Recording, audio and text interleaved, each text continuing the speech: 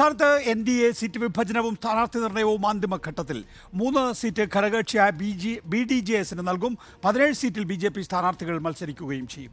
തൃശൂരും ആറ്റിങ്ങലും പത്തനംതിട്ടയും ഉൾപ്പെടെ 8 മണ്ഡലങ്ങളിലാണ് സ്ഥാനാർത്ഥികളെ ഉടൻ പ്രഖ്യാപിക്കുന്നത്. തൃശൂരിൽ സുരേഷ് ഗോപി, ആറ്റിങ്ങലിൽ വി മുരളീധരൻ, പത്തനംതിട്ടയിൽ PC George, Palakkad C Krishnakumar ഇവരാണ് BJP പട്ടികയിൽ ഉറപ്പായവർ. തിരുവനന്തപുരത്തെ സർപ്രൈസ് സ്ഥാനാർത്ഥി കേന്ദ്രമന്ത്രി രാജീവ് ചന്ദ്രശേഖർ ആകുമെന്നും ഡൽഹി ചർച്ചകൾ വ്യക്തമാക്കുന്നു. 4 വനിതകളെ കളത്തിലിറക്കി വനിതാ സംവരണം ഉറപ്പാക്കും. ശോഭാ സുരേന്ദ്രന് പുറമെ മഹിളാ മോർച്ച സംസ്ഥാന അധ്യക്ഷ നിവേദിത സുബ്രഹ്മണ്യൻ, BJP സംസ്ഥാന ഉപാധ്യക്ഷ പ്രമീള ദേവി, മഹിളാ മോർച്ച സംസ്ഥാന ജനറൽ സെക്രട്ടറി നവ്യ ഹരിദാസ് എന്നിവരെ പരിഗണിക്കുന്നുണ്ട്. കോഴിക്കോടിനായി ശോഭാ സുരേന്ദ്രനും MT രമേശും രംഗത്തുണ്ട്.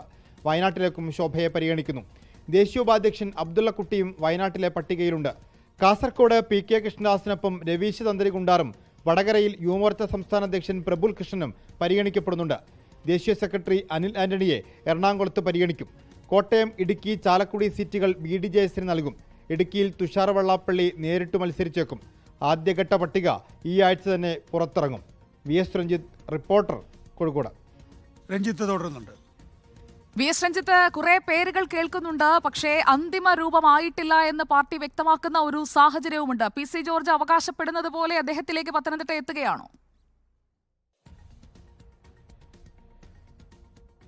തീർച്ചയായിട്ടും ആദ്യഘട്ട പട്ടിക അതിൻ്റെ സർപ്രൈസൊക്കെ ഒഴിവാക്കി ഈ ആഴ്ച തന്നെ ഉണ്ടാകുമെന്നാണ് പറയുന്നത്. പ്രത്യേകിച്ച് ദേശീയ തലത്തിൽ 100 മണ്ഡലങ്ങളിൽ സ്ഥാനാർത്ഥിയെ ആദ്യഘട്ടത്തിൽ പ്രഖ്യാപിക്കുമ്പോൾ അതിൽ 8 മണ്ഡലങ്ങളെങ്കിലും കേരളത്തിൽ നിന്നുണ്ടാകുമെന്നാണ് സംസ്ഥാന നേതൃത്വം വ്യക്തമാക്കുന്നത്.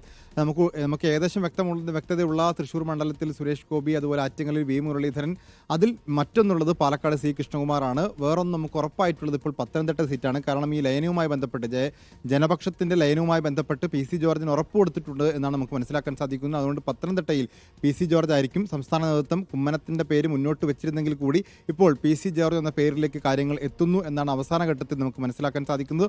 അതുപോലെ തിരുവനന്തപുരമായിരുന്നു നേരത്തെയൊക്കെ BJP ഉറച്ച സീറ്റായി പറഞ്ഞിരുന്നത്. ആ തിരുവനന്തപുരത്ത് ഇതുവരെ സ്ഥാനാർത്ഥിയെ നിശ്ചയിക്കാൻ സാധിച്ചിട്ടില്ല. അതിലൊരു സർപ്രൈസ് സ്ഥാനാർത്ഥി ദേശീയ നേതൃത്വം കൊണ്ടുവരും എന്ന് പറയുന്നു. അത് രാജീവ് ചന്ദ്രശേഖർ ആയിരിക്കും എന്നുള്ളതാണ് അവസാന ഘട്ടത്തിൽ നമുക്ക് ഡൽഹിയിൽ നിന്ന് മനസ്സിലാക്കാൻ സാധിക്കുന്നത്. ഈ ഘട്ടത്തിൽ മുന്നണികളുമായുള്ള ചർച്ചകളും പുരോഗമിക്കുന്നു. അതിൽ കഴിഞ്ഞ തവണ 4 സീറ്റിൽ മത്സരിച്ചുവെങ്കിലും ഇത്തവണ BDJSന് 3 സീറ്റുകൾ കൊടുക്കാനാണ് ധാരണ. കോട്ടയവും ഇടുക്കിയും ചാലക്കുടിയും കൊടുക്കും. ചാലക്കുടി വേണ്ടായെങ്കിൽ ആലപ്പുഴയായിരിക്കും കൊടുക്കുക. അതിൽ 3 സീറ്റുകൾ കൊടുക്കാൻ ധാരണയായിട്ടുണ്ട്. ഇടുക്കിയാണ് SNDPക്ക് ഏറ്റവും കൂടുതൽ യൂണിറ്റുകളുള്ള, അല്ലെങ്കിൽ SNDPക്ക് കൂടുതൽ സ്വാധീനമുള്ള ഒരു ജില്ല.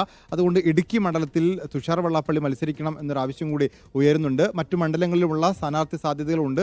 അതോടൊപ്പം ഏറ്റവും എടുത്തു പറയേണ്ടത് ഈ സ്ത്രീ സംവരണം നടപ്പാക്കാൻ ഉദ്ദേശിക്കുന്ന ഘട്ടത്തിൽ 4 സ്ത്രീകളെ മത്സരിപ്പിച്ചുകൊണ്ട് സ്ത്രീ സംവരണത്തിലേക്ക് കാര്യങ്ങൾ എത്തിക്കുക എന്നും BJP ഉദ്ദേശിക്കുന്നു. അതിൽ ശോഭാ സുരേന്ദ്രന് പുറമെ നിവേദിത സുബ്രഹ്മണ്യൻ, നവ്യ ഹരിദാസ്, പ്രമീള ദേവി തുടങ്ങിയ പേരുകളും ഉയർന്നു കേൾക്കുന്നുണ്ട്. പാലക്കാട് C കൃഷ്ണകുമാറിന്റെ പേര് നേരത്തെ പറഞ്ഞു. കാസർകോട് PK കൃഷ്ണദാസിനൊപ്പം രവീശ് തന്ത്രി കുണ്ടാറുടെ പേര് പറഞ്ഞു കേൾക്കുന്നു. വടകരയിൽ പ്രഫുൽ കൃഷ്ണനായിരിക്കും. കോഴിക്കോട് ശോഭാ സുരേന്ദ്രന്റെയും MT രമേശിന്റെ പേര് പറഞ്ഞു കേൾക്കുന്നു. വയനാട്ടിലാണ് അബ്ദുള്ളക്കുട്ടിയുടെയും ശോഭാ സുരേന്ദ്രന്റെയും 2 പേരുകൾ മാത്രമാണുള്ളത്. അതായത് BJPയും വളരെ വേഗത്തിൽ തന്നെ സ്ഥാനാർത്ഥി നിർണയം പൂർത്തിയാക്കുന്നു എന്നാണ് VS രഞ്ജിത്ത്.